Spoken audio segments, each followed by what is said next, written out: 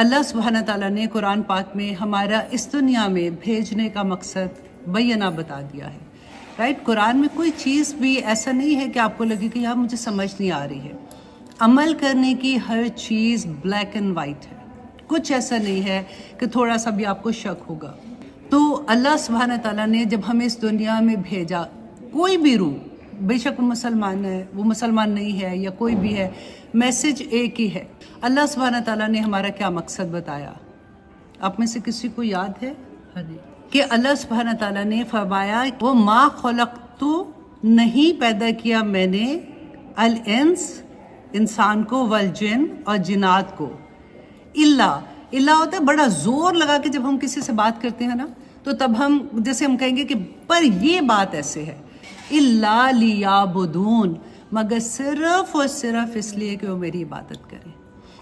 تو اب ہم لوگ کیا سوچیں کہ اچھا میری زندگی کا اللہ سبحانہ تعالیٰ نے تو یہ مقصد بتا دیا ہے، تو پھر میں کیا سارا وقت نماز ہی پڑھتی رہوں، سارا وقت تسبیح کرتی رہوں؟ یہ تو سمجھ نہیں آئی بات کی، کیونکہ ہم نے عبادت کا مقصد نہیں سمجھا۔ عبادت کس سے ہے؟ عبد سے ہے، عین با دال۔ عبد کہتے ہیں غلام کو۔ غلام کون ہے؟ جو 24 گھنٹے اپنے مالک کے حکم کے اندر ہوتا ہے۔ تو اللہ سبحانہ تعالیٰ نے قرآن پاک میں ہمیں پوری guidance they the. For example اگر کہا کہ اقیم الصلاۃ، تو ہم نماز جب پڑھتے ہیں تو ہم اللہ سبحانہ تعالیٰ کا حکم مان رہے ہیں، رائٹ؟ پھر اللہ سبحانہ تعالیٰ نے کہا کہ ویل لکل ہمزۃ لمزہ، رائٹ؟ تو اشارے، جیسے ہم پارٹیز میں کہتے ہیں دیکھا اس کو، دیکھ ذرا وہ کیا، ایسے کر لیتے ہیں نا کبھی غلطی سے، اللہ معاف کرے۔ تو اللہ سبحانہ تعالیٰ نے کہا کہ وہ وائل ہے۔ وائل اس وادی کو کہتے ہیں جو دوزخ پہ جس سے پناہ مانگتی ہے۔ وہ آنکھ کا اشارہ صرف کرنے پہ اللہ سبحانہ تعالیٰ اتنا بڑی بات بتا رہے ہیں۔ اللہ سبحانہ تعالیٰ نے قرآن پاک میں کہا جھوٹ نہیں بولو، تو ہم جھوٹ نہیں بولتے تو ہم عبادت کر رہے ہوتے ہیں۔ پھر اللہ سبحانہ تعالیٰ نے قرآن پاک میں کہا سورۃ الاعراف میں کہ اے نبی قل، کہہ دیجئے، انما حرم ربی الفواحش ما ظہر منہا وما بطن، کہ اے نبی ان لوگوں سے کہہ دو کہ میں نے بے حیائی کو حرام کیا ہے۔ اب یوزلی لوگ کیا کہتے ہیں، یار ہر چیز کو حرام کہتے ہو تو کیا مطلب ہے؟ یہ بھی حرام وہ بھی حرام، تو کدھر لکھا ہوا ہے؟ تو قرآن میں آپ سورۃ الاعراف کی آیت نمبر 33 یاد سے گھر جا کے کھول کے دیکھیے گا کہ اللہ سبحانہ تعالیٰ نے ادھر حرام کا لفظ لکھا ہوا ہے کہ میں نے بے حیائی کو حرام کر دیا، جو تم ظاہری طور پہ کرتے ہو یا تم چھپ کے بھی کرتے ہو۔ تو اب اگر فار ایگزامپل ہمیں اللہ سبحانہ تعالیٰ فرماتے ہیں کہ عبادت کیا ہے، کہ اللہ کے ہر حکم پہ سمعنا و اطعنا کرنا، اگر ہم اللہ کا حکم نہیں مانتے، اب دوسری طرف ہم دیکھتے ہیں کہ ٹھیک ہے جی چلو ہم نے کچھ مان لیا کچھ نہیں مانا، تو اس وقت کیا حکم ہے؟ تو سورۃ المائدہ میں پڑھ کے دیکھے گا، اللہ سبحانہ تعالیٰ فرماتے ہیں جو اپنی زندگی کے فیصلے اللہ کے احکامات کے مطابق نہیں کرتے ہیں وہ کافر ہیں، وہ فاسق ہیں، وہ منافق ہیں، اور وہ فساد کرنے والے۔ مطلب اتنا ڈر آتا ہے، کہا کس کو ہے؟ اہل کتاب کو کہا ہے، کیونکہ مسلمان کا تو ذہن میں ہی نہیں آتا کہ ایسے کیسے ہو سکتا ہے کہ اللہ کے احکامات ہی نہ مانے اور اپنی مرضی کی زندگی جیے۔ زندگی اپنی مرضی سے تو نہیں جی سکتے۔ پھر اللہ سبحانہ تعالیٰ نے قرآن پاک میں فرمایا تؤمنون ببعض الکتاب وتکفرون ببعض، کہ تم کتاب کے کچھ حصے پہ ایمان لاتے ہو اور کچھ کا انکار کر دیتے ہو۔ ہم کہتے ہیں نہیں جی ہم نے تو انکار نہیں کیا۔ تو جب عمل نہیں کیا تو انکار ہی کرنا ہو جاتا ہے نا۔ ہمیں جب یہ پتہ ہوگا کہ میں نے اللہ سبحانہ تعالیٰ کے احکامات کے مطابق زندگی گزاری، میرا مقصد ہی یہ ہے، اگر میں نہیں گزاری تو آخرت میں جا کے اللہ سبحانہ تعالیٰ کو مجھے جواب دینا ہے۔ رسول اللہ صلی اللہ علیہ وسلم نے فرمایا تھا کہ ابن آدم تم اپنا قدم اللہ سبحانہ تعالیٰ کے سامنے سے نہیں اٹھا سکو گے جب تک تم جواب نہیں دو گے کہ تم نے اپنی زندگی کہاں گزاری، پیسہ کہاں سے کمایا، کہاں لگایا، جوانی کہاں گزاری تھی۔ آپ لوگ جب گھر سے نکلتے ہو ڈیفینیٹلی تیار ہوتے ہو، شیشے میں دیکھتے ہو، ہم تبھی تیار ہو کے نکلتے ہیں نا۔ کبھی ایک لک لاسٹ میں نکلتے وقت اللہ سے ایک کوشچن اپنے آپ سے کیا کرو کہ میں جو گھر سے باہر نکل رہی ہوں جس حالت میں، کیا میرے اللہ کو یہ حالت پسند ہوگی؟ کیونکہ اگر آپ عبادت میں ہو، کیونکہ اللہ سبحانہ تعالیٰ نے سورۃ نور میں تو کہہ دیا نا کہ اپنی اوڑھنی اپنے سینوں پہ ڈال لو، ہم نے اوڑھنیاں ہی غائب کر دی۔ اب آپ مارکیٹ میں جاؤ کپڑے لینے میں اوڑھنیاں ملتے گی نہیں، تو